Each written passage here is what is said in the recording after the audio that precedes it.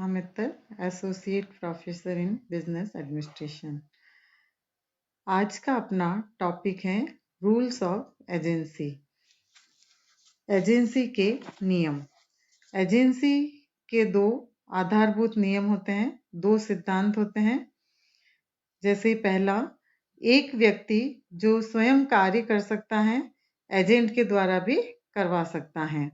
यानी कि पहला नियम यह है कि कोई भी व्यक्ति जो स्वयं किसी कार्य को कानूनी रूप से कर सकता है वह उसे किसी एजेंट के माध्यम से भी करवा सकता है।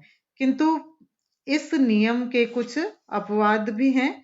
यानी नियम तो ये कहता है कि जो कार्य वो खुद कर सकता है वो एजेंट के द्वारा भी करा सकता है, पर इसके कुछ अपवाद का मतलब कि कुछ इस प्रकार के कार्य होते हैं जिसे वह स्वयं ही कर सकता है, एजेंट के द्वारा नहीं करवा सकता है।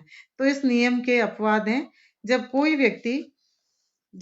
कोई कार्य व्यक्तिगत प्रकृति का है जिसको करने में उस व्यक्ति के व्यक्तिगत चातुर्य या प्रतिभा या विश्वास आदि की आवश्यकता होती है, उस कार्य को किसी एजेंट के माध्यम से नहीं करवाया जा सकता है। जैसे शादी करना या पुस्तक लिखने का कार्य। ये कार्य ऐसे हैं जिसे स्वयं प्रधान को ही करने होते हैं। जब कोई कार्य कानूनी प्रावधानों अधिकारों के अनुसार किसी व्यक्ति विशेष या पदाधिकारी के द्वारा ही संपन्न किया जाना अनिवार्य हो, जैसे कंपनी के अंशों के आवंटन का वैधानिक अधिकार संचालन मंडल को ही होता है, तो इस कार्य को भी किसी अन्य द्वारा नहीं करवाया जा सकता है।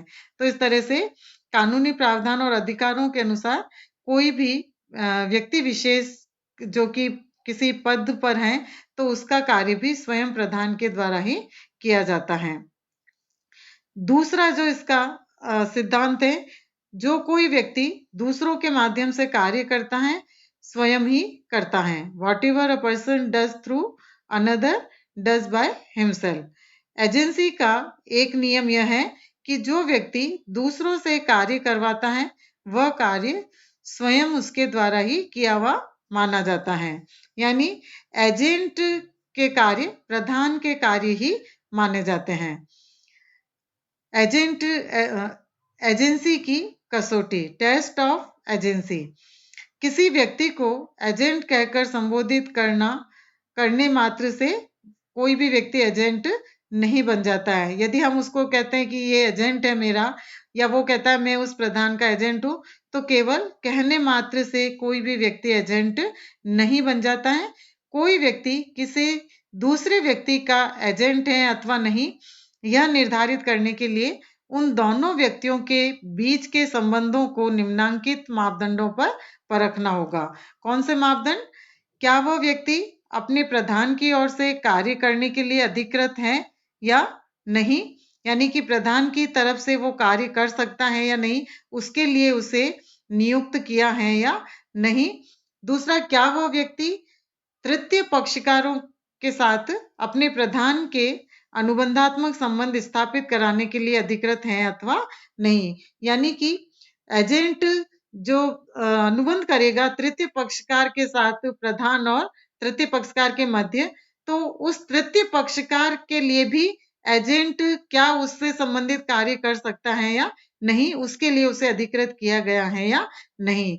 तो इन मापदंडों के आधार पर ही यह माना जाएगा कि वह किसी व्यक्ति का एजेंट है या नहीं। तो यदि इन दोनों मापदंडों का उत्तर पॉजिटिव है, सकारात्मक है, तो उन दो व्यक्तियों के बीच एजेंसी कही जाएगी, अन्यथा नहीं। फिर है एजेंट के अधिकारों का विस्तार, एक्सटेंट ऑफ एजेंट्स अथॉरिटी।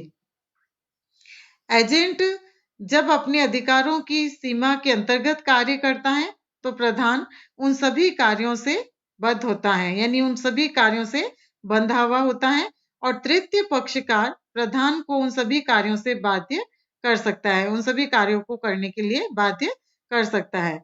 तो ऐसे में प्रधान की अन्य या तृतीय पक्षकारों के प्रति दायित्व की सीमा एजेंट के अधिकारों की सीमा से ही जुड़ी हुई होती है। एजेंट के अधिकारों की सीमा को हम निम्नांकित अधिकारों से निर्धारित कर सकते हैं।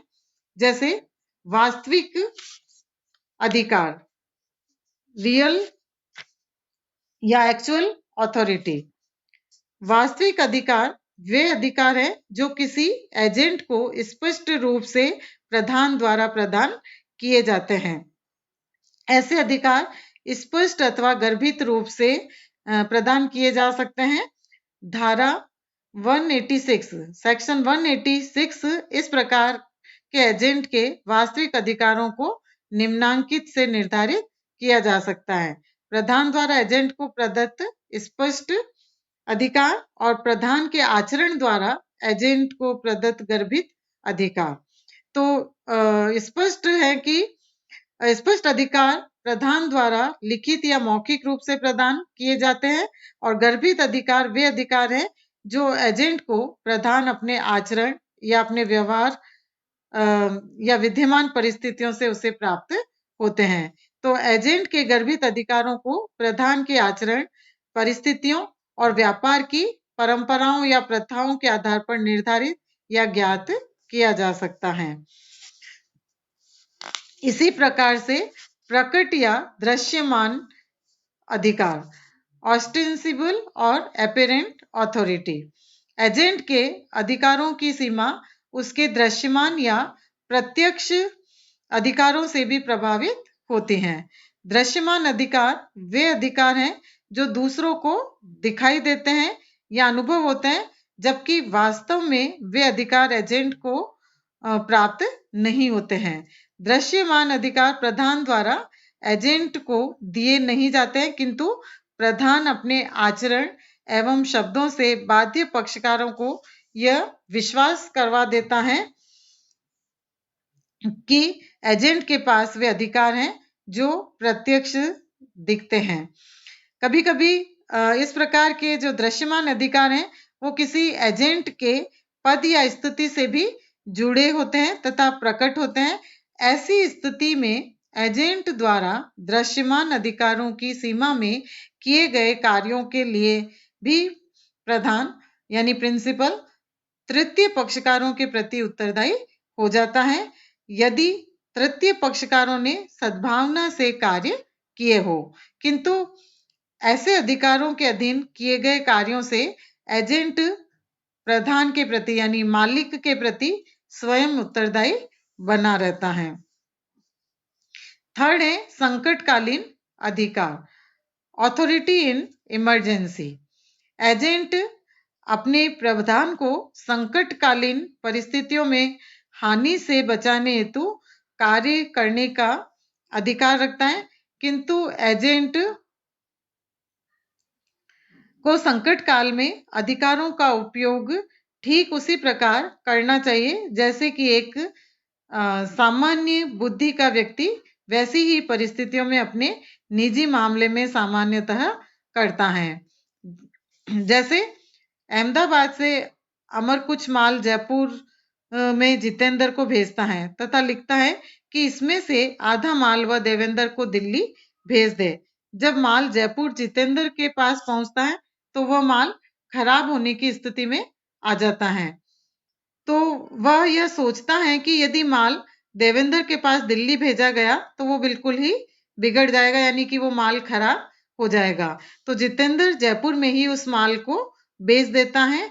यहाँ उसे यह अधिकार संकटकालीन परिस्थितियों के कारण मिला है, क्योंकि ऐसी स्थिति के अंतर्गत अगर वो एजेंट माल को भेजता है दिल्ली तो वो खराब होगा, उसका कोई भी जो मूल्य है वो प्राप्त नहीं होगा। तो वो अपने विवेक के आधार पर उस माल को वहीं यानी जयपुर में ही बेच देता है, यह मानते हुए कि ये अधिकार उसको प्रधान के द्वारा संकटकालीन परिस्थितियों के लिए दे रखे हैं।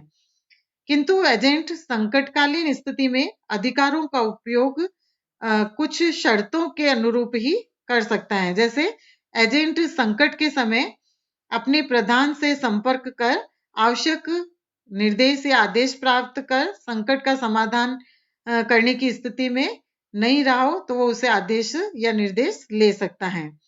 एजेंट ने संकट के समय कोई कार्य प्रधान को हानि से बचाने के लिए किया हो तब भी वो उसे अधिकार है कि वो उस अधिकार को अपना समझकर पूरा कर सकता है। एजेंट ने अगर संकट के समय सामान्य बुद्धि के व्यक्ति की तरह कार्य किया हो और एजेंट द्वारा किया गया कार्य एजेंसी व्यवसाय से संबंधित हो एवं उसे व्यवसाय की सामान्य प्रक्रिया में किया हो।